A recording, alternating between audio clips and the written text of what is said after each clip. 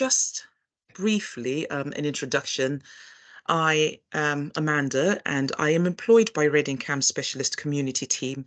I've worked in Reading CAMHS for about 8 years now. Before that, I was still in CAMHS, but I was just in Central, covering Bracknell and Wokingham. But as you can see there, it says I'm also a part of MHST, which sits within Brighter Futures for Children. I'm the clinical lead within that service. And that's because MHSTs, as I will talk about a bit more when I talk about the Thrive model, in the west of Berkshire, the bids to set up MHST, so mental health support teams, MHST for short, went to the local authorities. So they sit within the local authorities, so within Brighter Futures for Children. But because the funding for mental health support teams comes from NHS England and local authorities are not traditionally mental health services, that's why I'm here really, because NHS England needed someone who is a CAMHS practitioner to come and provide the clinical leadership, clinical support to the operational side of it that's led by the educational psychologists. So that's a bit about me. So like I said, I remain employed by Reading CAMHS Specialist Community Team, but I also am full-time sitting within the mental health support team clinically.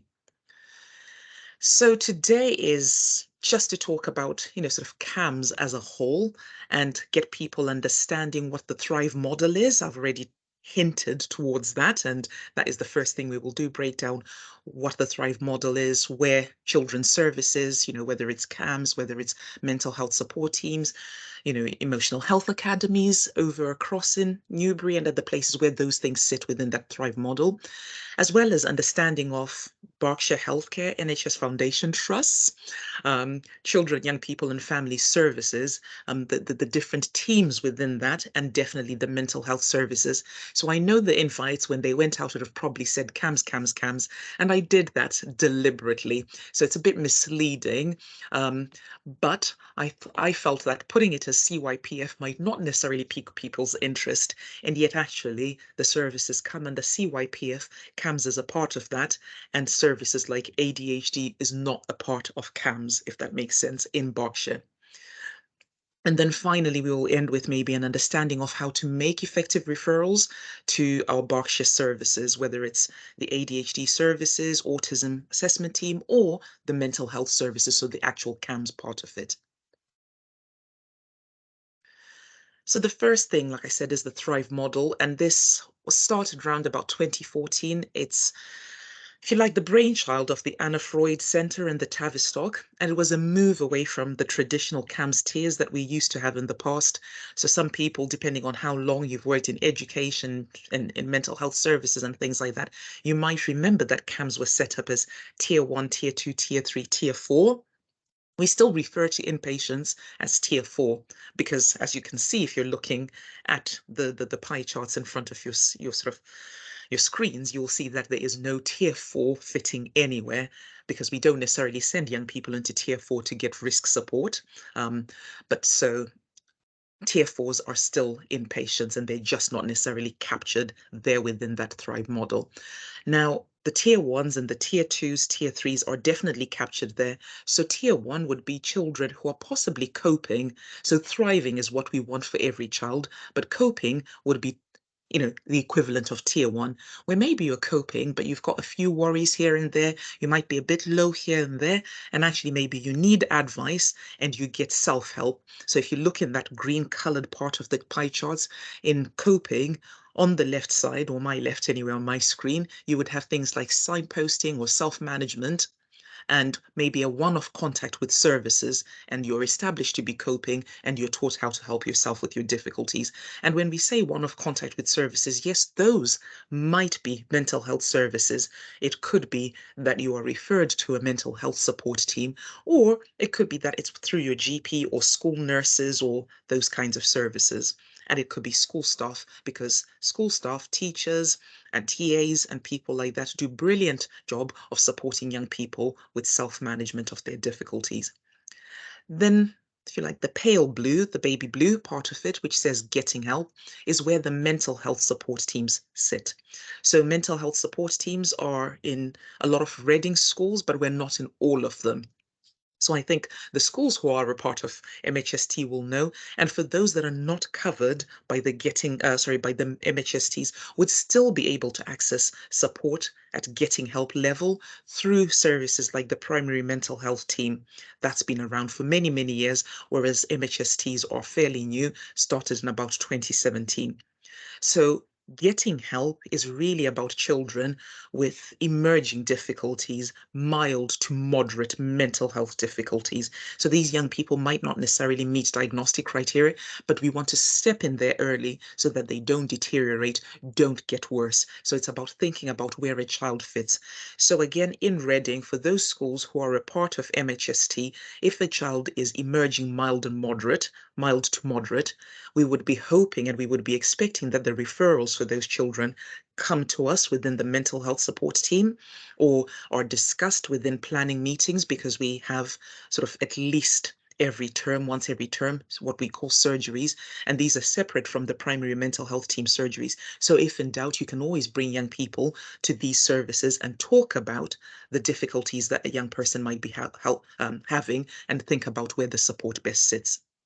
For children who don't sit within MHST schools, we would then be hoping that those children are supported by our colleagues in the primary mental health team or in other services such as number 5 counselling or safe project, depending on what's going on for a young person. Then when we're thinking of the purple part of it, which is the getting more help, that's where CAMHS sits in the traditional sense of Berkshire CAMHS, or what people mean when they say CAMHS. And this is really for children with significant, severe, and complex difficulties. And I think sometimes what happens where things go wrong is children are referred to CAMHS because there are difficulties, but actually at point of triage or at point of assessment, those difficulties are not severe enough to meet CAMHS thresholds, and then they're signposted elsewhere because the requirement is that those children are actually having really severe, really complex, really significant difficulties. And in the getting more help in CAMHS, in Berkshire CAMHS, the only times that we would take moderately unwell children is where they've had early help. So if a child is presenting with any mental health illness, it could be that they're very, that they're depressed or that they're anxious, and they've accessed early help, and you will see that on the form, the referral forms, it does ask about what's been tried. But when we're saying trying early help, we're not necessarily talking about self-help. We're actually talking about accessing support from a service. So it could be that they've had input from the primary mental health team, from the mental health support team, from number 5 counselling, and things still have not shifted after sessions. After therapeutic work, only then would CAMHS be looking to accept children that are deemed to be moderate. In the absence of someone trying the early intervention, the getting help, CAMHS would not be accepting referrals for moderately unwell children. The getting risk support is the final part of it. Now, of course, you can get risk support at any part of the Thrive model, because sometimes it's one-off support that's needed. Sometimes children are open to a CAMHS team or open to a mental health support team, and maybe self-harm is an issue, which is a risk, risk to self, and actually that's contained within those teams. But on the other hand, sometimes children are not open to getting help or getting more help. They go from maybe thriving to coping and then actually escalating in terms of risk, and maybe they present with significant self-harm requiring medical intervention and present an A&E for medical treatment. If young people access A&E, what will happen in Berkshire specifically is that they will be assessed there in terms of risk support by the CAMHS Rapid Response Team. Now, what I always say, what I like to stress whenever we're talking about getting risk support, is thinking about the appropriateness of taking young people to A&E or signposting young people to A&E. It is important that only children who require medical intervention are taken to A&E, because unfortunately, what happens when young people present to A&E is they are triaged in terms of urgency. Now, CAMHS Rapid Response Team cannot be called in to assess a young person until they're declared and determined to be medically fit. But on the other hand, A&E, in terms of the physical health side of things, because there is only one A&E. There's no mental health A&E at the moment in Berkshire, and I don't think it will ever happen, is that actually they are triaged based on their physical health. And because these children, for the most part, who present to A&E will be physically well in themselves, they will not be necessarily a priority for being seen by a pediatrician or by, someone who is authorized to actually declare them medically fit. So they tend to sit in A&E for a few hours, several hours, and it's happened where some have sat in A&E overnight based on the time of evening that they presented to A&E, just having routine, sort of temperature checks, routine blood pressure checks that are not necessarily indicated because they haven't done anything in terms of taking an overdose. They haven't actually self-harmed. They said they were feeling suicidal. They said they wanted to act on those thoughts and things like that. And they were inappropriately, in those instances, signposted to A&E. And then all that does is delay them getting the right support.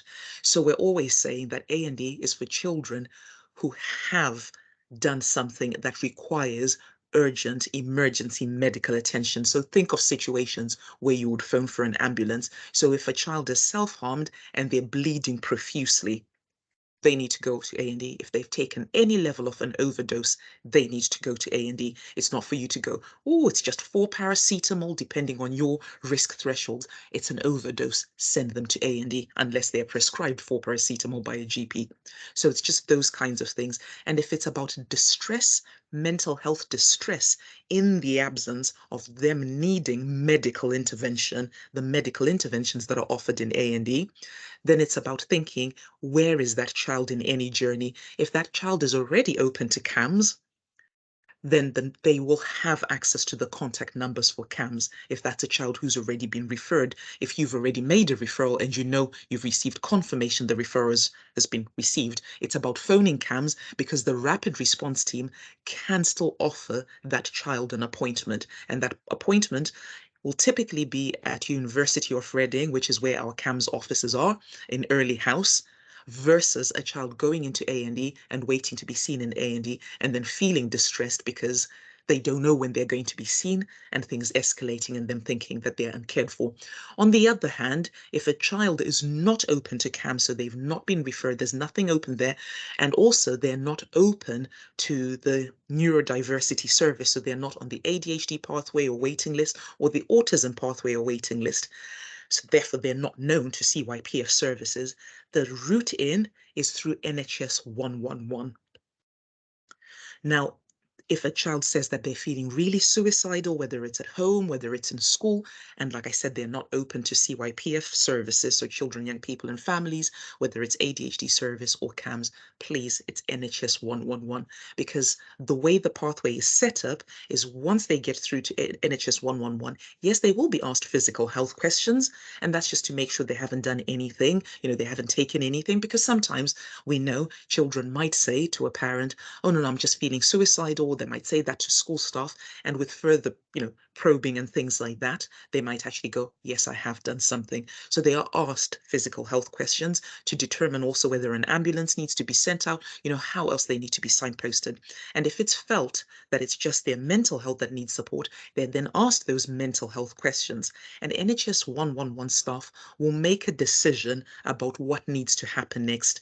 So if they feel that locality CAMHS, so Berkshire CAMHS, is going to be the next step for that child, they will put in a referral to Berkshire CAMHS. And because that referral will come through from NHS 111, there are strict timescales that we in Berkshire CAMHS would have to adhere to.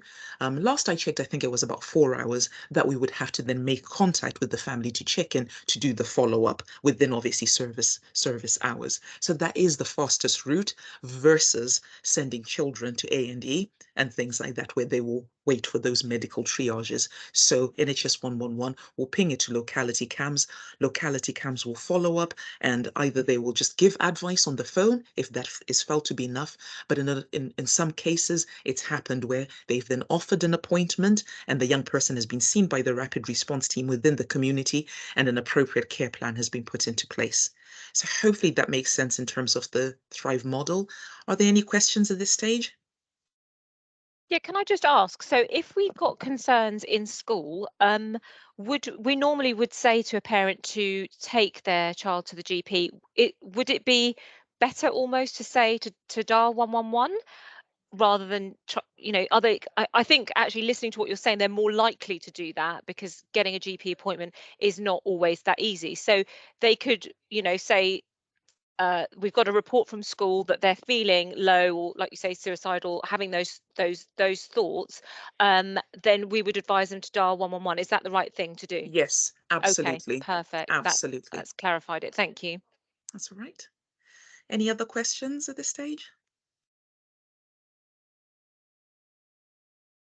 Okay, move us along. So then this is, I suppose, the bit that tends to interest people the most. So our Berkshire Children, Young People and Families, CYPF for short, teams in mental health services. So this is just a screenshot, that you're looking at that I took from our homepage, our BHFT, so for short, homepage. And it shows you clearly on that, and that's why I like to put it there, that CAMHS is separate from the neurodiversity service, which is autism and ADHD. The reason for that is CAMHS is about illnesses, not condition. CAMHS is about mental health illnesses. So depression being a mental health illness, generalized anxiety being a mental health illness, PTSD, all those things, versus neurodiversity, ADHD, and autism, which are mental health conditions but are not illnesses.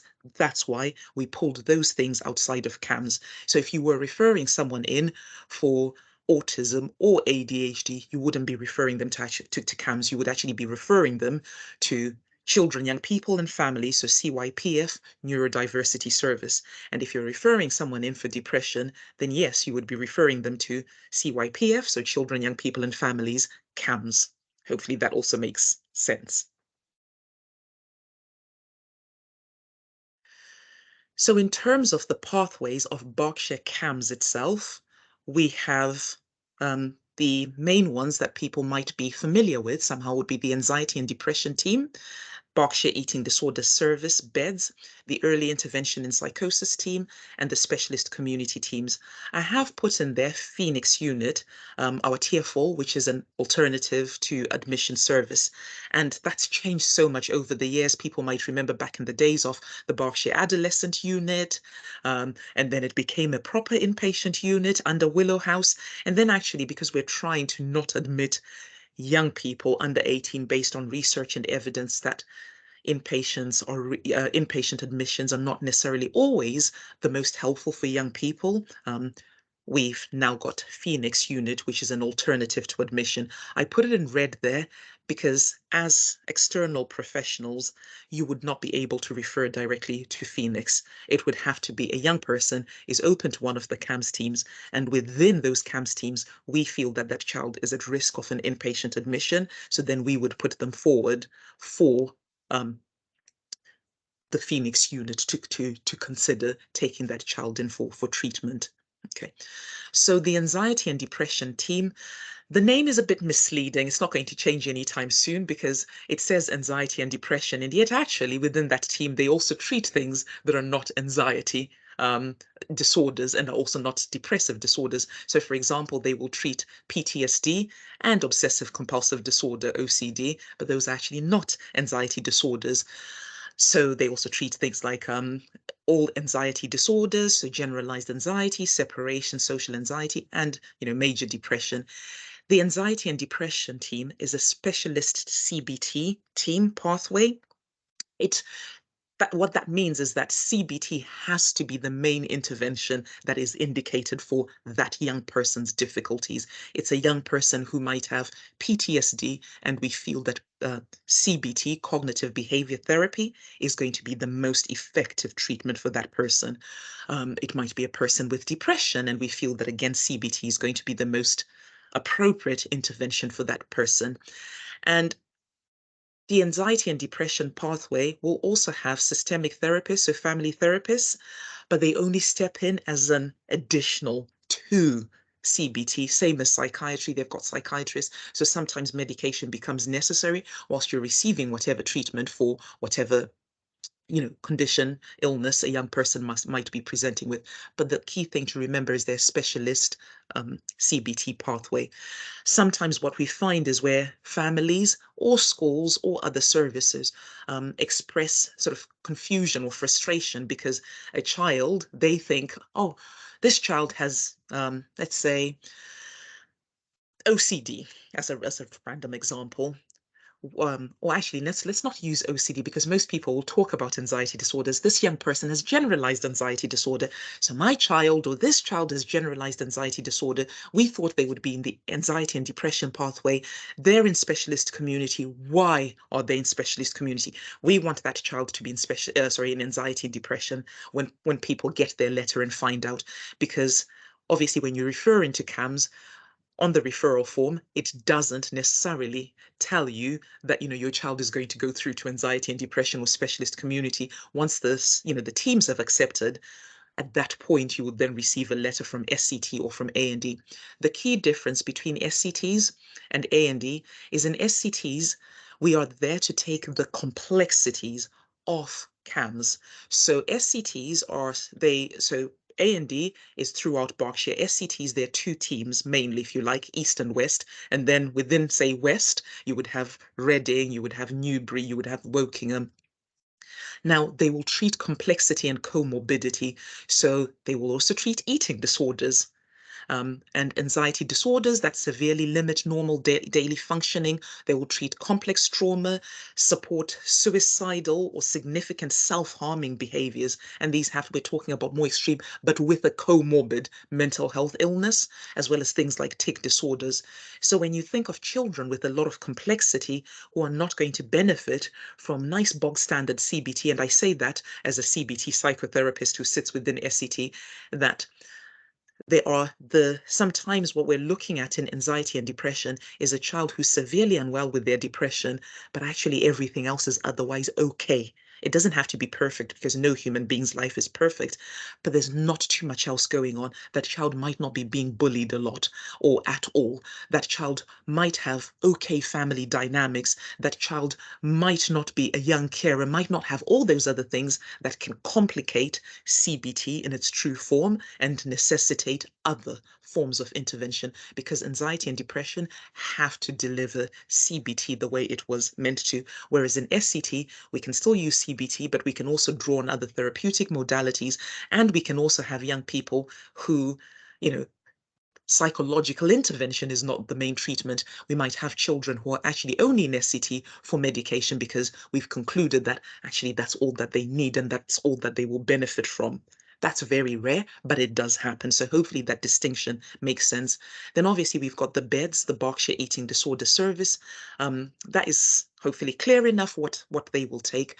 Just to be clear, BEDS, like all CAMHS pathways, are looking at diagnostic criteria. So they're not looking at disordered eating, because sometimes what happens is young people have disordered eating, or they also might have ARFID, so avoidant restricted food intake disorder, which is typically common in young people on the autism spectrum.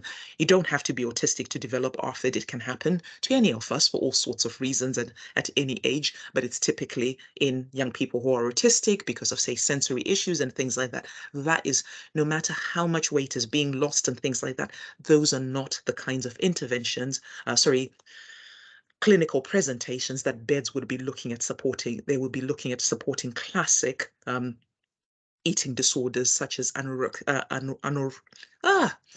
I cannot say my words out correctly today. Anorexia and things like bulimia nervosa. So those kinds, they will support young people from age 8 onwards. Like most CAMHS teams, our minimum age tends to be 8 for ability to accept referrals. There is no waiting list for new referrals to BEDS at all. Urgent referrals are seen within 1 week, and it does happen. And that's because if it is actually an eating disorder rather than disordered eating, we need to step in really quickly. And if it's a routine referral, then they're still seen within 6 to 8 weeks. And they'll have lots of interventions in there, which might include medical monitoring, so ECG requests, bone density scans, and things like that. So you could refer in asking for beds. So depending on which services you sit in and what access you have to things, most of the times young people who are referred for eating disorders manage to come through the GP because there are things that are required, like people's, weight, height, so and sort of history, weight, like weight loss history, and how long they've had those difficulties and stuff like that. So it's always helpful to have GP's input to hand for those referrals for beds. Then we've got the early intervention in psychosis team. Again, you know, a team that will take young people who are presenting with symptoms of psychosis only over the age of 14. And that's really because the onset of psychosis is late teens to early 30s. So 14 is that, bit of generosity, even though 14 is not quite late teens. So we do have sometimes referrals that come in where it will be talked about a young person hearing voices and they're 8 years old. That is unlikely to be a psychotic young person. That might be a neurotypical young person who just hasn't learned to process their inner thoughts and their the voices in our heads, and that we all experience, but we're able to distinguish and go, actually these voices are my thoughts, and my thoughts can take on many different voices, many different accents, or I'm seeing images. These images are still my thoughts rather than psychotic symptom. So again, strict criteria there. If they're under 14, they will not be able to go into the EIP team. I won't repeat about SCT or Phoenix unit. And then also in the side, I've put some of our other service. So we also support the youth offending services or teams. We've got staff there. And then we've got Sharon, which some people might be familiar with, which is an online sort of, if you like, I explain it as being a sort of Facebook, but a well-moderated one. It stands for Support, Hope, Recovery Online Network. So it's about support and advice for families of young people who might have eating disorders, or people with a diagnosis or on the waiting list for an autism assessment. And then also I am aware, the health visitor in me is also aware that there is a Sharon for pregnant women and new mums with mental health difficulties. And then in Berkshire, going back to what I said uh, about the MHSTs, the mental health support teams. So I have put those there because here in the West, whilst Reading MHST sits within the local authority, in the East, the tenders to set up the mental health support teams and getting help services were won by Berkshire Healthcare, so BHFT, and so they still sit within CAMHS, if that makes sense. Are there any questions at this stage about what I've covered?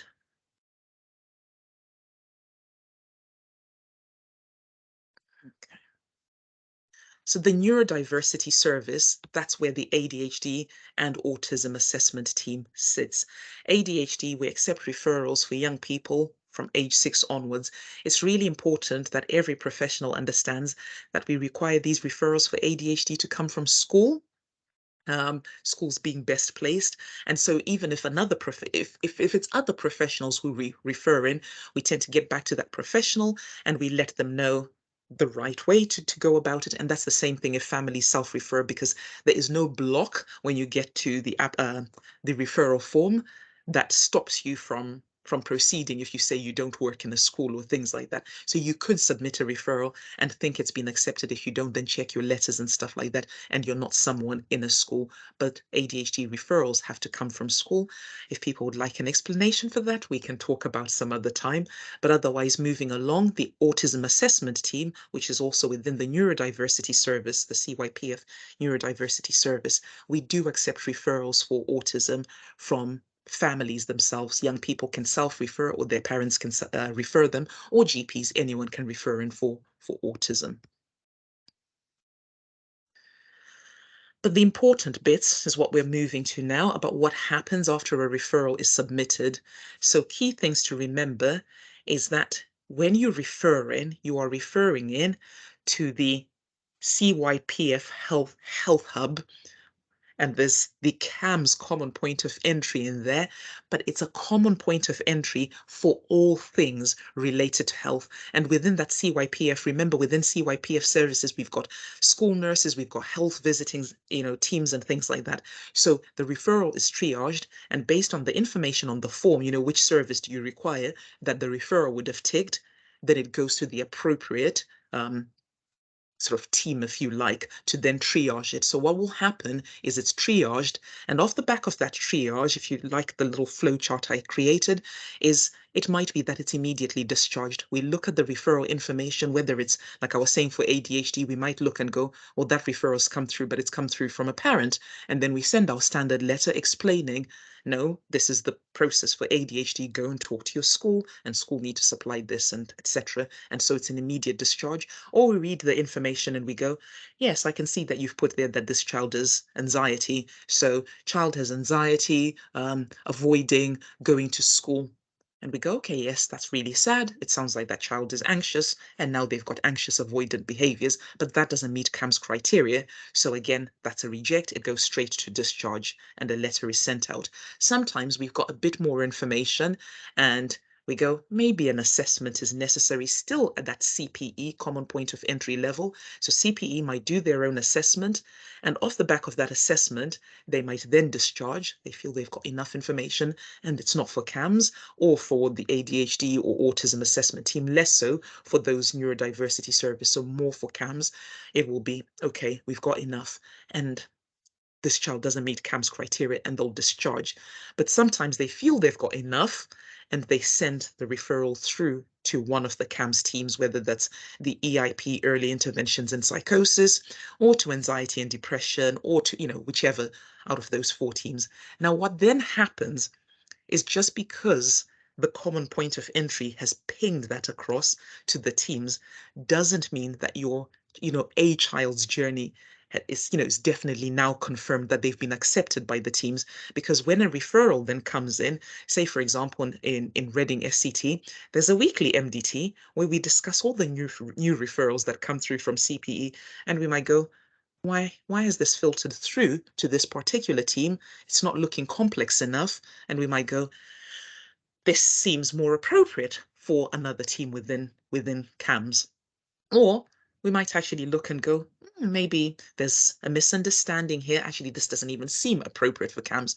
At which point, so that's where we've got the triage there within those teams, within those services. So what might happen is we might end up going, have an assessment, which is the little blue boxes, and off the back of an assessment, we might discharge, which is the red box, or we might assess and then offer intervention within a team. So it's always important to remember that you are referring to the common point of entry, requesting a specific service, whether it's the neurodiversity or the CAMHS services. And then once it passes through that stage, those services, whether it's neurodiversity or CAMHS, will still make a decision about whether those young people need an assessment or belong on the waiting list or whatever needs to happen next.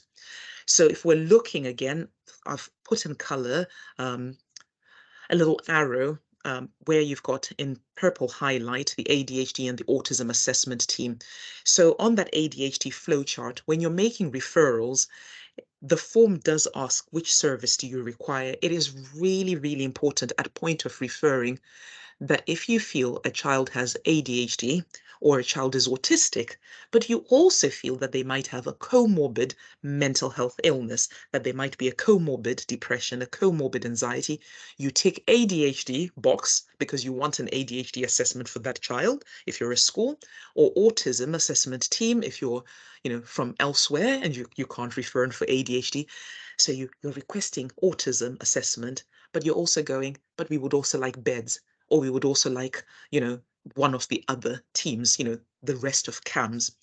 That's important because if you refer in, say, a young person for ADHD, which is what I've done on that flow chart, so they go down, they seen in CPE, it goes through to the ADHD team. The ADHD team triage, send out questionnaires and things like that. They go, yeah, this child possibly has ADHD. The child sits on the waiting list. They sit there for a good, let's work with 2 years. At the moment, it's about 3.5 years to be honest. But let's say they sit there for 2 years.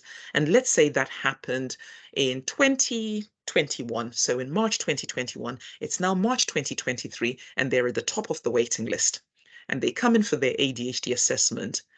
And they're thinking that they're going to get an assessment also of their anxiety and depression because that was included in the referral form.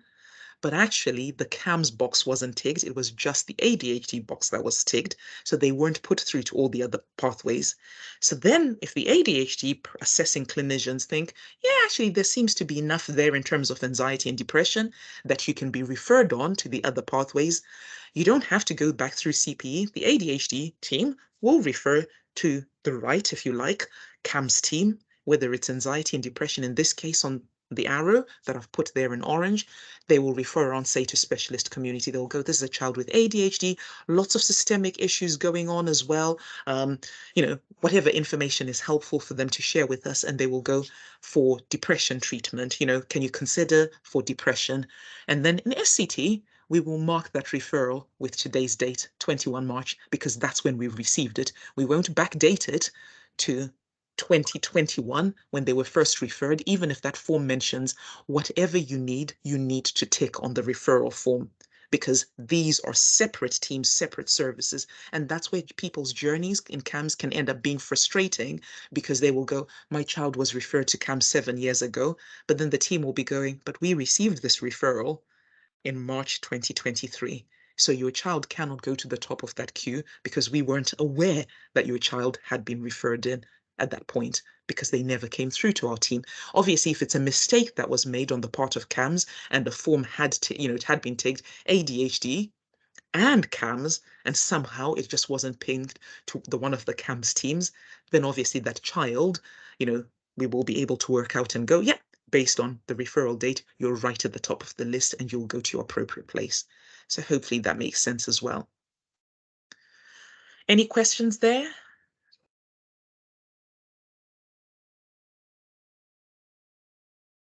Okay. So again, thinking about how to make effective referrals to CAMHS, the thing that tends to be missing in the referral forms, that we get through, is the impact. What impact any difficulties are having. It really is unhelpful to just put, they have severe anxiety. It's causing significant distress. We need to quantify what severe anxiety is, because actually, even without putting words, diagnostic words like anxiety, like OCD, just by saying this child has OCD symptoms, they spend 2 hours in a bathroom every day washing, their armpits and their privates. That, in terms of me thinking of severity, is so helpful. I'll go, whoa, the average person, no matter how clean you are, does not spend 2 hours showering and scrubbing your armpits. This child seems severely unwell. So that's what we're looking at, the severity, the impact on the family. So then if that's what you've said about a child spending, all that time, what impact is that having on the family? Oh, actually, the family is having lots of arguments. They're having lots of arguments because the parents are trying to put in boundaries to get the child out of, the bathroom, but that child lashes out at the parents because they're so desperate to watch for their 2 hours. So again, showing that impact, or actually the parents are no longer arguing, they've almost given up. So they've stopped washing themselves. Really helpful, information about impact on family.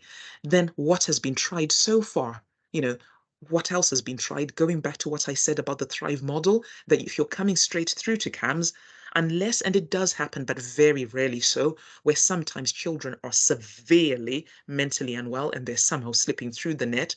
One classic example, sticking with OCD, I encountered was a young person who had years of OCD throughout his life. But because his OCD traits were what people found cute and everything, they never really noticed, was the young person who would volunteer to help the teacher to clean the smartboard because he couldn't cope with seeing, sort of the little specks, if a teacher missed, cleaning it properly. So he would fixate on that. But actually, that's really pleasant, isn't it? As a teacher, you might go, that's really, really helpful. And you might not notice it for the difficulty that it is, until this young person completely withdrew because the hours he was spending on his rituals became so overwhelming. But those are rare cases where children have just suddenly, without accessing anything, become so severely unwell. So what we would be hoping for is, yes, this is a child who has separation anxiety. They have tried an intervention within the mental health support team. And to be fair, because I sit across both the mental health support team and CAMHS, if a child needed stepping up to CAMHS, I would be the person to step them up. So for those who are our MHST schools, MHST is probably again a good route into CAMHS, because if things need step up, we will step them up without any problem. Then again, thinking of, what's going on with the parents, their level of functioning, again, put in those things. What are you aware of in terms of the difficulties within the family, any diagnosis within the family, and how are the parents functioning? That's really important, because sometimes we have young people who might be presenting with difficulties, and yet the bigger problem would be the parents' level of functioning, where we're going, no amount of any one-to-one therapy is going to help with this because of the parenting. So what I'm talking about is sometimes we've encountered young people who are really anxious, um, and maybe they're anxious in school avoiding, but more than the young person being anxious in school avoiding, the parent is anxious about the child going to school and the child's anxiety and things like that. So the parent is going, stay home, child. And we can't do any one-to-one work in that kind of a situation, because what needs to change is the parent first, and then we can address the child's symptoms. Because even if the child comes into therapy and we do all the brilliant therapy work, they're going to go, the therapy doesn't work, the treatment doesn't work. And it's not just about CAMHS, even at an MHST level, at a primary mental health level, if a parent is not necessarily on board and they're maintaining difficulties because of their own difficulties, then that can just create problems. And it has happened where a child then goes, this doesn't work, I'm still not in school. And yet a clinician is looking, going, you're not in school because your mum has heard that this has happened, has heard at the last minute that you've got a supply teacher, and your mum's gone, my child doesn't cope with supply teachers, so my child is not coming in. So you stay anxious because your mum is telling you you can't cope, is the translation of that message. So not in a judgmental way about parents when we're sharing this information. It's about just getting us to think, is this a true problem that needs CAMHS, or are there other things at play? That's what we're trying to actually really establish here. But it's important that you give as much detail. If it's about depression, then let's think about, how do we know this child is depressed? Because sometimes I've sat and I've assessed a young person who was referred in for depression, and the young person hadn't been talked to, because sometimes that happens because, you know, when an appointment is offered, something then happens and there's a school activity, so the child can't make it, and we get information from parent only. And then you finally get to meet with the child and you go, right, why are you here? People think I'm depressed. People think you're depressed. What do you think? No, I'm actually not depressed. I like being in my room on my own. Yeah, I used to do a lot of activities because my parents used to force me to go swimming, to go to football. I've never really liked those things. And now, because I'm old enough to put my foot down, I don't want to go. I'm in my room because I like being in my room. So it's about really going, this child is avoiding the world, and actually it makes them sad. I have talked to Johnny, and Johnny is telling me that he is in his room because he feels he has no friends, or he feels that, people are talking about him. He's anxious and he's paranoid, about those kinds of things. Please don't use the word paranoid. I'm just saying it so you get the gist of it. So he's worried, he's thinking that people are talking about him without any evidence, and so he's avoiding the world. And the impact is he's losing out on friends. He's now stopped being invited into, to things. And then we go, yes, those are difficulties. What's going on there? Do we need EIP team here because a young person thinks people are talking about him when they're not? So just thinking about the level of detail that we put in there. So I've rambled on enough, but if people wanted to have a bit of a discussion about, you know, referrals, or, sort of young people, anonymized, of course, that maybe they're wondering whether for CAMHS, just to get a gist and to see what level of information might be helpful to include, then that would be it from me.